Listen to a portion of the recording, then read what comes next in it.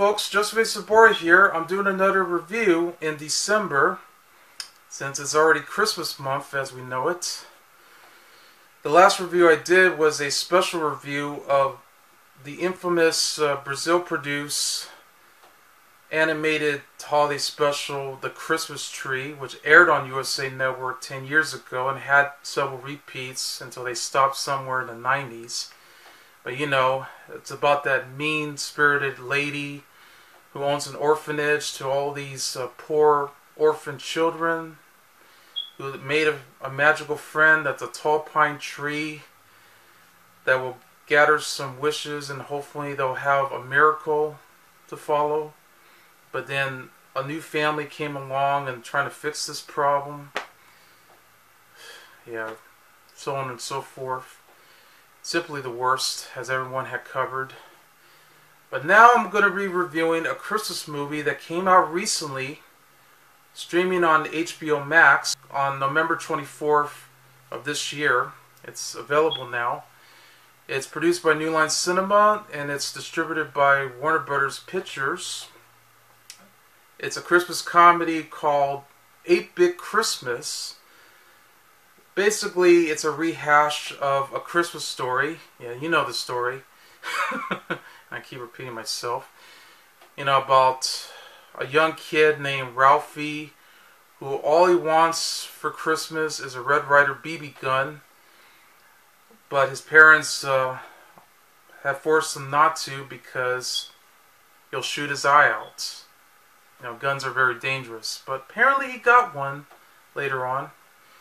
But also because it does focus on a very meaningful family of his, and it's told by his adult self. Yeah, he's the narrator, explaining how he had one of the best Christmas stories that he'll ever remembered and he'll never forget.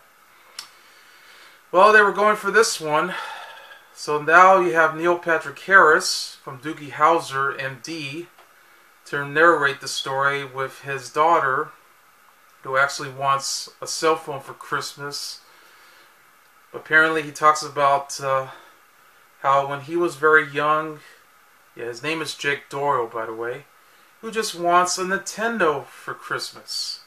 But his parents wouldn't let him because they thought it was too violent, or maybe the way things are going around, you know, like people are going to kill themselves just for this entire console. With all the games that we have, like hundreds, maybe even thousands of games available, even though they are expensive. But you know, back in the late 80s and even early 90s, I mean, they were selling NES like hotcakes. And I know it was kind of tough having to get all the games.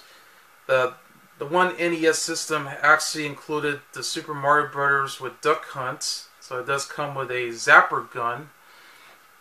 And later on, you had to pay, you know, like several, you know, dollars just trying to get those games for a lot less. You have to go to KB toy stores or Toys R Us or any other place to actually have those games. So that way you'll get to own them all and be able to play it with your friends, family, and everyone around who are getting into it. So it's like having your own arcade system. And I should know because I had an NES system myself too, and I still have one. It's in one of my cubicles in my cabinets, so yeah, it still works though. But it's simple. I mean, anyone who had an NES system will just go around playing these games. They take out a cartridge, they blow it out to make sure it works, getting rid of all the dust. They put it inside, close the slot door, turn on the power, and then there you go. You start playing. Connecting with your controllers. You know, they have like 4 players and all. Sometimes it'd be 2 or just 1, maybe 3, whatever you choose. It's the perfect gift for everyone who wants to become a gamer. Yeah, I mean, my brother became a gamer, and so is my sister. I became a movie buff. But I do play video games sometimes. I know things have changed, but hey, you get the idea, because look how I've been doing nowadays. I've been collecting so many movies all this physical media that I got, you know, DVDs, Blu-rays, and now 4Ks. I got a 4K TV, and I got an Amazon Fire TV Stick 4K, but I also, the 4K TV I got has a built-in Roku, so that's cool. Even though, yes, I know it's... See, I'm not against streaming, though. It's just, I wish they would stop bringing down, you know, all the physical media in the world, because we all like to be collectors, too. That's part of being a movie buff. You know, I love all the movies I want to own, okay? There's nothing wrong with watching them on a streaming device as long as, you know, we have everything, you know, safe. And this is probably what they're trying to do. And, you know, sometimes they are pretty expensive having to get them digitally. Sometimes you can actually end up getting a physical copy that you have to spend. And you'll be able to be lucky to actually have a code to join in, and you have your own digital library to stream. So that's the case. So here we go. It stars Neil Patrick Harris, Winslow Fegley, who was previously in a film called Come Play, Sophia Reed Gonzert, June Diane Raphael, who was previously in a film called The High Notes. Yeah, with Dakota Johnson, which I hated that movie. I'm sorry. I know some people like it, but who cares? Steve Zahn. Yes, Steve Zahn from Saving Silverman, as well as Reality Bites, A Perfect Getaway, those Diary of the Wimpy Kid films, and so on. He's a great actor.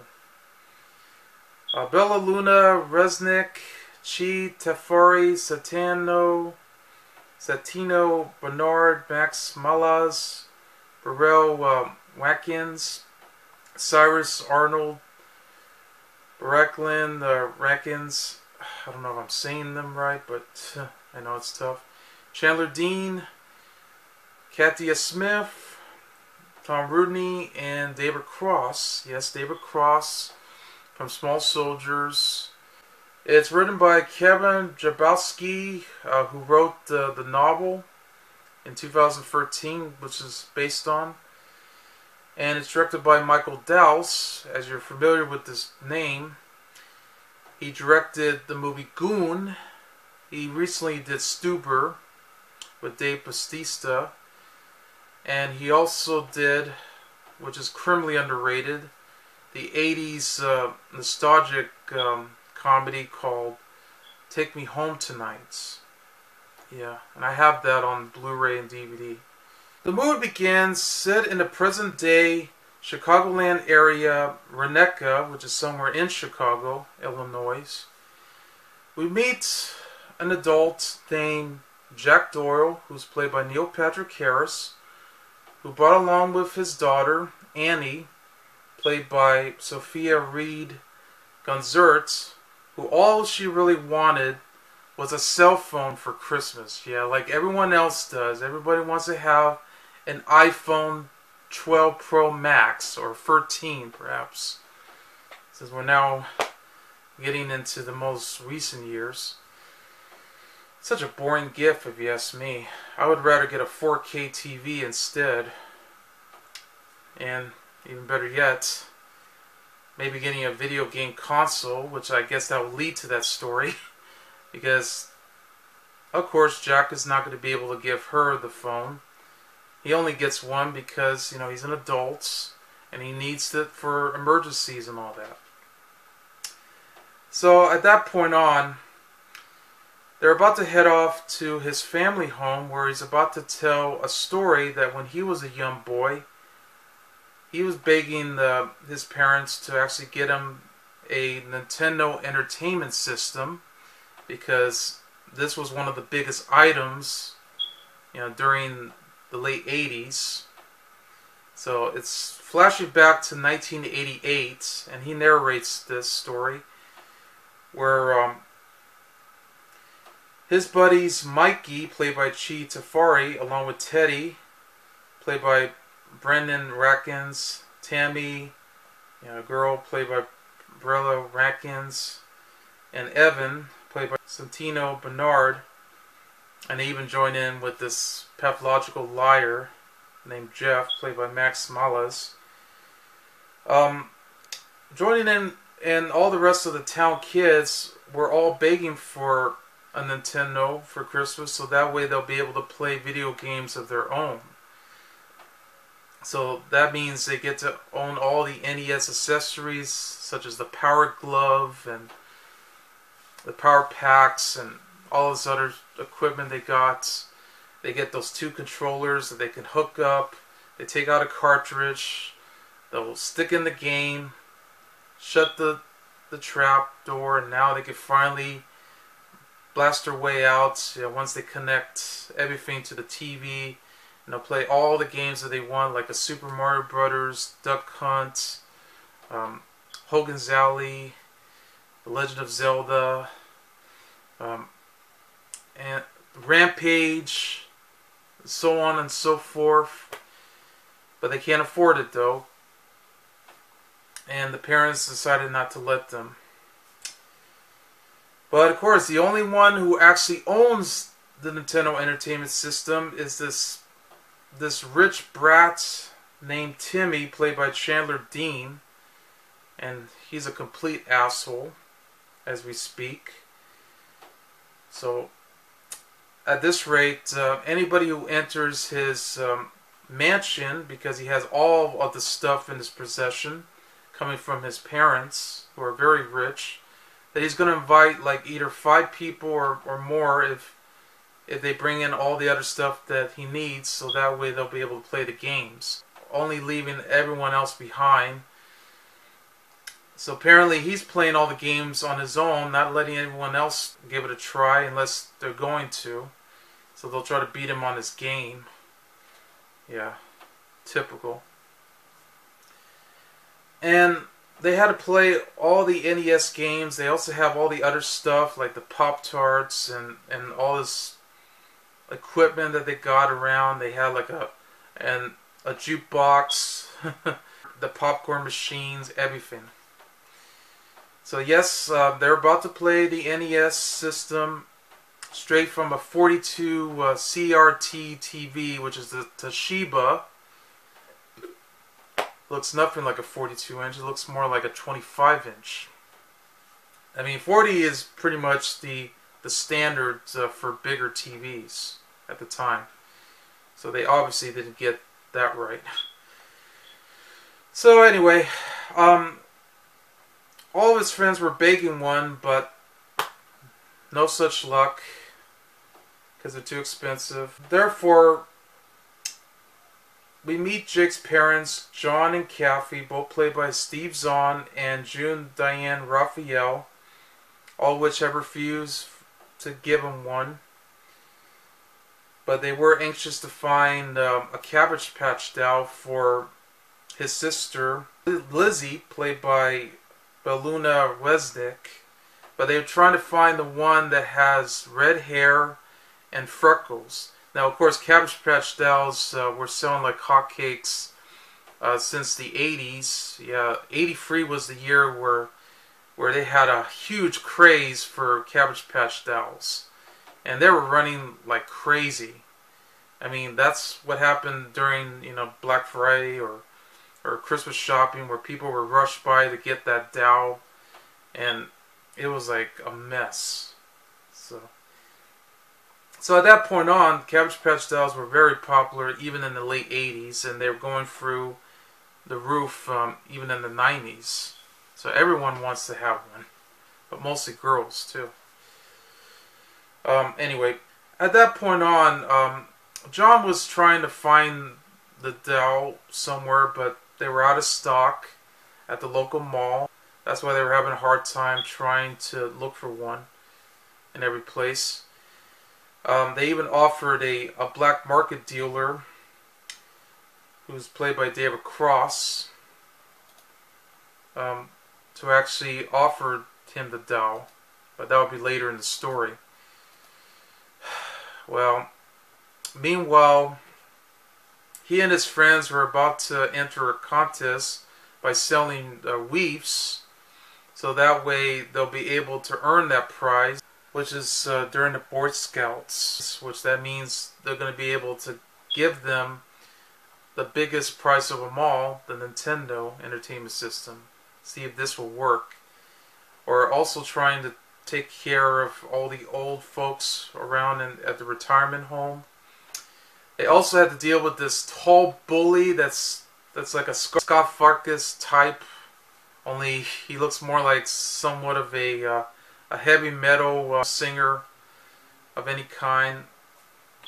His name is Josh Jagovsky. He was very oversized, school bully. He's played by Cyrus Arnold, who's just going around picking on all the kids, especially when he was on top of the snow mountain and they're about to grab him. But he keeps on knocking them out into the mountains and all. So of course they're about to form all their plans to actually try to get the Nintendo system, but all of which had failed to do so. We're going to get to that too. John, on the other hand, was just ready to build a surprise for Jake. That's why he's just going around, hand building all the stuff that he has with his power tools and other accessories that he got. Welding all the wood that he got, so that way he could finally, keep up with his job. And I know it's going to lead to the sequel at the end. Anyway, when they went to the mall, because they were trying to continue on the search to find the Cabbage Patch doll, they were all out, of course, but at that rate he had to watch his sister, because at this point on he found the Nintendo that's already on the shelves with all the games around, and then you get to hear this inner voice coming from the console, telling them to play me and all. So of course he's already, being manipulated and already flashing back to now finally play the games that he was really wanted to have. So of course he's playing Rampage without watching his sister, and then he accidentally dropped in his retainer. So at that point on, John, along with Kathy, are running around, continuing to shop, while John is just so furious, and he's already can't stand all these elves going around. He even knocked one out of the escalator when he was about to chase Jake around, because he ran away. He was trying to get the retainer that he dropped, and he's being irresponsible to take care of his sister, while the sister was outside, talking to the Salvation Army charity, Santa, about what she wants. And at that point on, well, he did got into trouble. So his next plan, because to make matters worse, he did came back along with his friends to play the Nintendo, trying to beat Timmy, because at that point on he just got the Power Glove and he was about to use it against them, but it was too late, because sooner or later he begins to find out that it was a piece of junk. And he got so frustrated that he's being beaten by a girl that he actually did a kung fu kick straight into the TV. It shattered into pieces and suddenly fell directly down into his dog. Luckily the dog wasn't killed. It was injured completely. Yeah, that's sad and pretty messed up, but part of that was his fault. I mean, he was the one who should have known better that the dog was hanging around between the two controllers. So of course his parents decided to form an anti-video game rally, joining in with their teachers. So now they're going to start doing the protests around the world, forcing them not to have every child to buy themselves the Nintendo, because it's becoming a bad influence to them. Yeah, see, because this is just like how they deal with TV violence and video games and all that stuff. All playing playing the blame game. And that's how that went later on. So now they have to form a new plan, because it seems to me like that weave contest didn't work out, because all of them got scammed. I mean, especially Jake, because he suddenly gets the World Book Encyclopedia. Go figure. So at this rate, he decided to join his friends by taking a field trip. One of the kids, however, was allergic to SpaghettiOs, which was Evan, by the way, because he's the one who was allergic to bees and pasta. So yes, SpaghettiOs is one of his pet peeves. So at that point on, they started to collect a lot of stuff too. They actually started taking all these baseball cards. Yeah, the ones that actually had a baseball player that has a curse name somewhere. Once they sell all of that, and all these other ones involved, that they're going to soon be able to earn more money to go straight to the local mall and be able to grab the Nintendo as soon as he can. So of course they have Evan projectile vomiting, all that SpaghettiOs. Yeah, I'm ready to say, SpaghettiOs. We also learned that Jake was wearing his mom's snow boots, the E-Spirit type, and that's where it plays the song Obsession by Animotion, and they did it twice too. So of course he had to deal with that bully, Josh, who was already making fun of him, and he knocked him out and everything, so now he's about to play fire with fire, and he's ready to go on his way to the local mall to grab the Nintendo.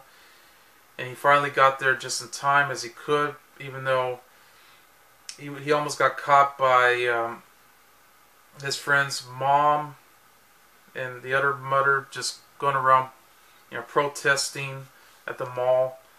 So hoping they can fool them, and that way he'll finally get it. He'll get to pay for it, and then he's going to leave the store right away. But if it wasn't for that slippery slope that's down into the pavement of the street,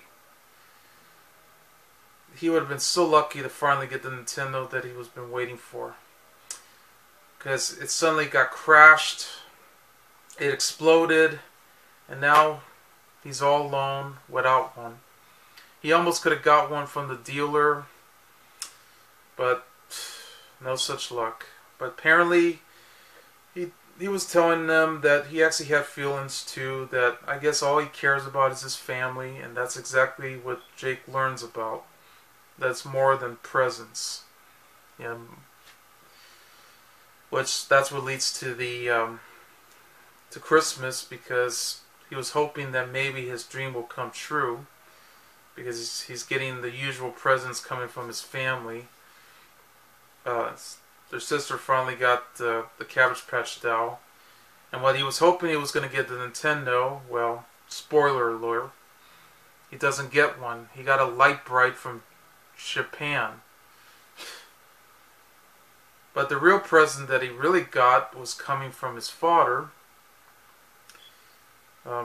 John, because it turns out he actually got a tree house.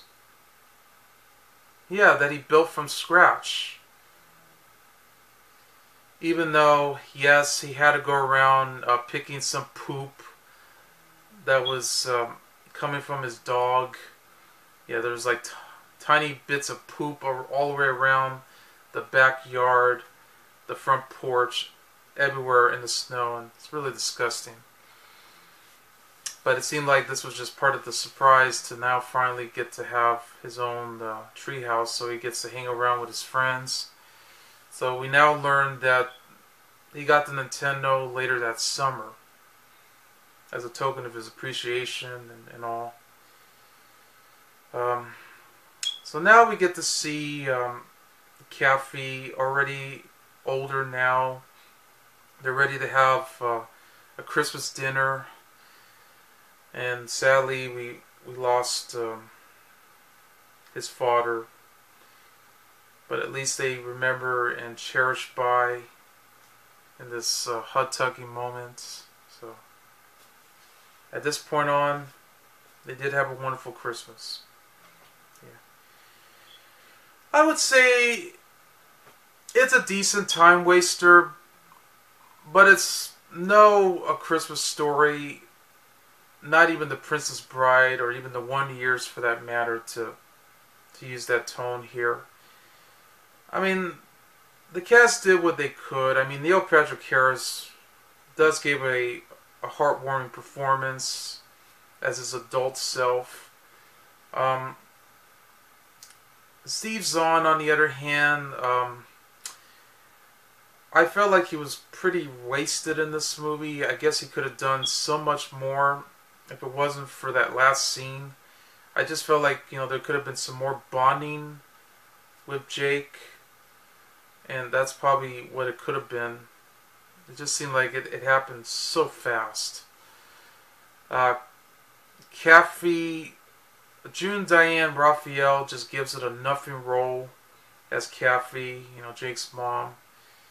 It's just your standard mom trying to act as quirky or any other, but not really. There was a lot of 80s inaccuracies in this film. See, this is another example why these filmmakers really need to start doing their research when doing a movie like this. If the movie was going to be set in, let's say, 1989, which that's what it should have been instead of 1988, then I think it would have been more accurate than it already was. Because we all know that The Power Glove came out in 1989, not 1988. And yes, we did find out later on that it was a piece of crap. But it does look cool. Don't get me wrong. But, of course, it is a piece of crap. There's no denying it. But whatever. I think we already established that. But try to get some of the details right, okay? Come on, man. They seem to not get everything particularly right. I mean, the baseball cards issue and all this other stuff that it got. It just doesn't feel like 80s as we know it. It just feels so modern. Like this was just today's generation masquerading as an 80s nostalgia. And it doesn't work that way. We've seen so many movies so far in this decade or any other, like last decade or so. I could say Stranger Things actually got 80s exactly right. I mean, this is the closest thing we'll ever get. But it seems like some movies, or maybe even a few, don't seem to get the tone exactly right. That's always the case. And I'm sorry. And all these hijinks that was going around, some of the jokes do work, other times they don't. They seem rather forced. There's some poop and bathroom jokes around too that just seems to throw this in out of context. I think it was totally unfair that Jake was waiting this long to finally get what he wants, and he never gets one until the last minute. Only that's being told, during the summer. So I know this is what the life lessons have to be learned here, but come on, his sister pretty much gets the doll that she wants, but not what he wants. Don't mess up their wishes, okay? That's just not fair. And I also felt like this whole anti-video game thing was just totally forced. They threw this in because Timmy was a moron and he should have known better when he accidentally harmed this one cute dog. I mean, I just lost an animal too recently, and it's hard to see an animal getting hurt. I really don't like that. It hurts me even more than just thinking about it. The kids in the film, well, they're standard. They're okay. Winslow Figley, he did a fine job playing the role, but I would say I like his adult self more than his younger self. But hey, I don't know. I just felt like Kevin Jabowski could have had figured this out. Maybe he could have done some more research when he wrote this novel, because obviously this is not exactly what it was intended. And Michael Dallas, who just did the movie Take Me Home Tonight, at least he knew how to keep the story straight, and it's as accurate as it could be. But I guess he didn't seem like he was that accurate for this film at all. So, hey, what can you do? Well, at least it's better than Bittersweet Home Alone, that's for sure, when it comes to these recent Christmas movies. But hey, what can you do? But I guess if we had to go for there, I mean, this movie will definitely just become just what it is, a plausible, forgettable, but it did have its moments here and there. Let's try to be as heartwarming, even with its last moments. Otherwise, I mean, I don't think it's going to be a classic like Elf, A Christmas Story, even Home Alone for that matter. It'll just become just another forgotten film that's left out of the dust of a streaming device.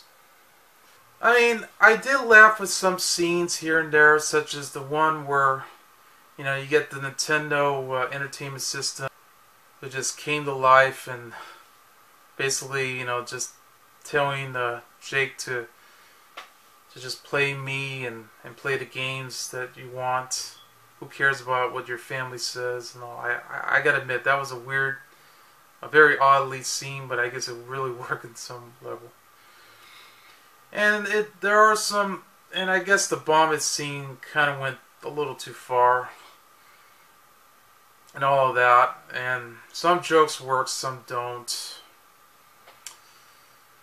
I do admit, but otherwise, and some of them were pretty silly.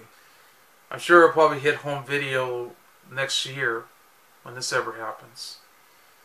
But you never know. So that's 8-Bit Christmas, the new Christmas comedy, which is a decent time waster in a way. But I'll give it 2.5 stars. I'm Joseph A. Sabora, and I'll see you later. Bye.